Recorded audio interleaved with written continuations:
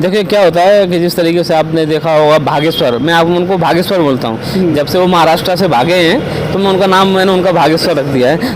हम 100% हम बोल तो रहे हैं कि इस देश में ओबीसी SC ST के जितने भी सामाजिक नेता हैं वो सब हम साथ मिलकर अब इस देश में, इस प्रदेश में राजनीति करेंगे। का भारत दस्तक पे आज हमारे साथ है ओबीसी के बाहुबली नेता लोकेंद्र गुर्जर जी। बहुत बहुत स्वागत है सर आपका। धन्यवाद। मैं आपको भारत दस्तक की पूरी टीम को आपका आभार व्यक्त करता हूँ। आप हमेशा हमारे मुद्दों को उठाते हो, उसके लिए मैं आपका बहुत ही अग्रणी और आपका ऋणी हूँ। सर आपने अभी एक जो बयान दिया था हालिया मुगल पूत को लेकर, इसके उस बयान के ऊपर 40 जगह आपके ऊपर FIR हुई है पूरे देश में, तो क्या मामला है, थोड़ा स्पष्ट कीजिए।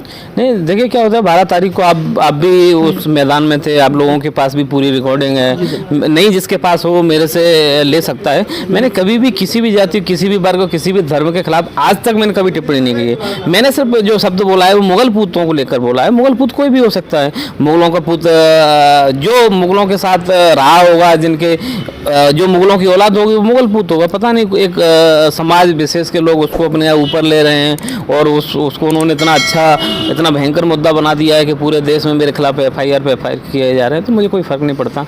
ये समाज के लिए लड़ते हो तो FIR तो होती रहती हैं और होती रहेंगी। क्या विशेष संगठन की तरफ से आपको कोई धमकी? हाँ आते रहते हैं फ़ोन, बहुत सारे हज़ारों की तादाद में फ़ोन आते हैं। तो अब एक कहावत है हमारे यहाँ ग्वालियर में, या गुर्जर को गुर्जर मारे या मारे भगवान, और दूसरा तो कोई छू ना सके चाहे वो कितना बलवान। तो मैं इन सब चीज़ों से नहीं डरता हूँ और इतना भी कमज़ोर नहीं हूँ, कमज़ोर दिल का नहीं हूँ कि कोई धमकी दे जाए और मैं घर बैठ जाऊँ। मैं आज भी आपके साथ भोपाल में इंटरव्यू दे रहा हूँ। मैं 4 दिन से भोपाल में घूम रहा हूँ। मैं कल फिर ग्वालियर पहुँच रहा हूँ।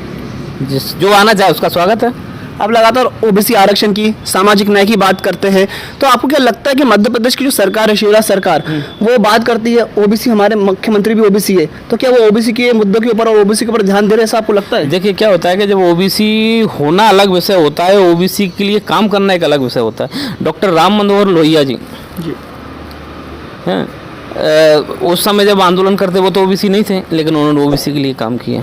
तो उसके लिए ज़रूरी है ओबीसी हो, और ओबीसी होने से ही इस मध्य प्रदेश में बोलते हैं बीजेपी के लोग, हमने ओबीसी को 3 मुख्यमंत्री ओबीसी के दिए।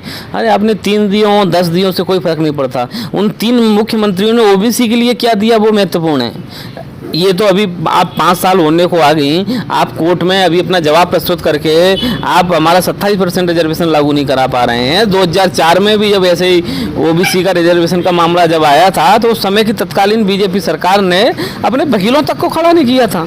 तो ये कहने और करने में तो कुछ नहीं होता है। सब रिमोट कंट्रोल से चलते हैं, सब RSS के रिमोट कंट्रोल हैं। ऊपर से जो उनको निर्देश किया जाता है वो उस हिसाब से चलते हैं। वो कभी ओबीसी हितैषी हो ही नहीं सकते हैं। आपने कहा कि जो संविधान ने आपको 27% आरक्षण दिया है ओबीसी समाज को, वो ढंग से लागू नहीं हुआ, लेकिन एक EVS आरक्षण आया है, EVS कोटा आया है, इसके बारे में आप क्या कहेंगे? क्या EVS कोटा होना चाहिए या नहीं होना चाहिए इस देश में?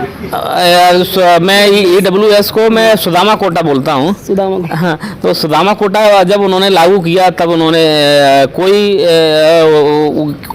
किसी भी मामले में उन्होंने किसी से कोई चर्चा नहीं करी, उसके खिलाफ कोई पिटीशन नहीं लगाई गई है, और उनको बिना कहे एक दिन के उसमें तैयारी के कर दिया। और आप इस चीज़ से समझ सकते हो जुडिशली में भी कितना मतलब एक जाति का वर्चस्व है कि सुदामा कोटे के खिलाफ सुदामा वर्ग के लोगों ने एक ने भी उसको चैलेंज को स्वीकार नहीं किया और उसको सुप्रीम कोर्ट से पारित कर दिया। भाई आप जब बोल रहे हो कि 50% से ज़्यादा मतलब कोई भी रिजर्वेशन की सीमा पार नहीं हो सकती है, तो भैया EWS के भगवान ने ऊपर से आपको दे दिया। जब EWS के लिए आप 50% की सीलिंग को क्रॉस कर सकते हो तो 27% ओबीसी के लिए क्यों नहीं कर सकते हो? ये आपकी मानसिकता को दर्शाता है, ये आपकी ओबीसी को लेकर सोच को दर्शाता है कि आप ओबीसी के लिए क्या सोच रहे, क्या ये लोग क्या करेंगे, क्या ज़रूरत है इनको, ये सब चीज़ें आपकी सोच को दर्शाता है कि आप कितना ओबीसी वर्ग के हितैषी हो। जब आपको जिसके लिए देना होता है ना, आप 50 रास्ते निकाल के उसको दे सकते हो। और रही बात आप 50% सीलिंग की बात करते हो ना, तो कहीं भी ऐसा सीलिंग का जिक्र नहीं है। इंदिरा साहनी जजमेंट के पैरा क्रमांक 94 में और 92 में जो लिखा हुआ है उसमें लिखा हुआ है कि कोई भी स्टेट यदि अपना जो रिजर्वेशन है उसको बढ़ाना चाहती है तो वो बढ़ा सकती है। उस वहाँ की सरकार के ऊपर डिपेंड करता है, वो अपनी वहाँ की जनगणना कराए। जैसे आप देखिए बिहार में तेजस्वी प्रसाद यादव जी, नीतीश कुमार जी जाकर जनगणना करा रहे हैं ना। इस मध्य प्रदेश में भी इनको लागू करना चाहिए। इस मध्य प्रदेश में भी ओबीसी की, इस देश में गाय की, गधों की, घोड़ों की, हिजड़ों की गिनती हो रही, लेकिन कोई पिछड़ों की गिनती करने तैयार नहीं है। आपको मतलब मैं आपको बता कर अचंबा लगेगा आपको कि ओबीसी की लास्ट गिनती 1931 में अंग्रेजों ने कराई थी। उससे बेहतर तो हमारे लिए अंग्रेज थे, कम से कम हमारी गिनती तो कराते थे। तो 70 साल से दोनों पार्टी कोई भी ओबीसी के बारे में गिनती कराने को तैयार नहीं है।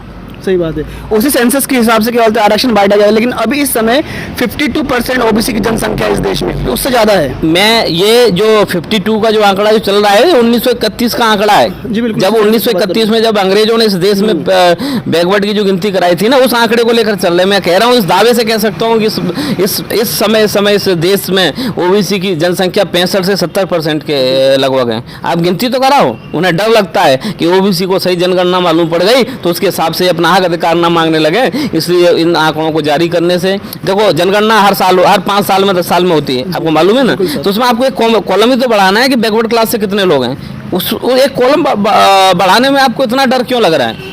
आप मुझे ये बताइए, आरक्षण के हिसाब से देखा जाए तो 27% होना चाहिए आपका प्रतिनिधित्व न्यायालयों में हर जगह, लेकिन ओबीसी का कहीं दिखाई नहीं देता। चाहे आईआईटी हो, आईआईएम हो, कहीं पर भी हो, न्यायालय हो। देखिए क्या होता है कि न्यायालय तो एक समाज की बापौती है। कॉलेज सिस्टम के बारे में बोल रहे हैं। बिल्कुल, कॉलेजियम सिस्टम की बोल रहा है। वहाँ तो बापाती है। वो 200 परिवार चतुर्वेदी जी त्रिवेदी को बना देते हैं, त्रिवेदी जी दुबे जी को बना देते हैं, दुबे जी छबे जी को बना देते हैं, छबे जी अठे जी को बना देते हैं। उसके अलावा वहाँ कोई दूसरा नहीं आ सकता है।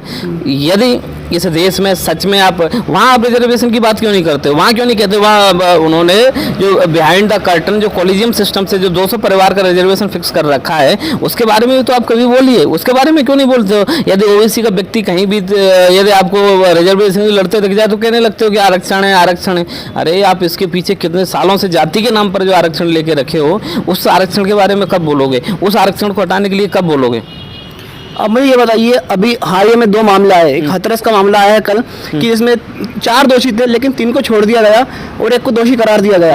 और एक मामला है छतरपुर के जो बाबा है धीरेन्द्र शास्त्री, उनके भाई ने एक अहिरवार समाज की बहन की बेटी की शादी में जाकर गोलियां चलाई, वहां पर तोड़फोड़ करी, लेकिन गिरफ्तारी करते हैं 1 घंटे बाद छोड़ देते हैं। और कल कोर्ट में भी यही हुआ कि 3 को छोड़ दिया गया और 1 को दोषी करार दिया गया।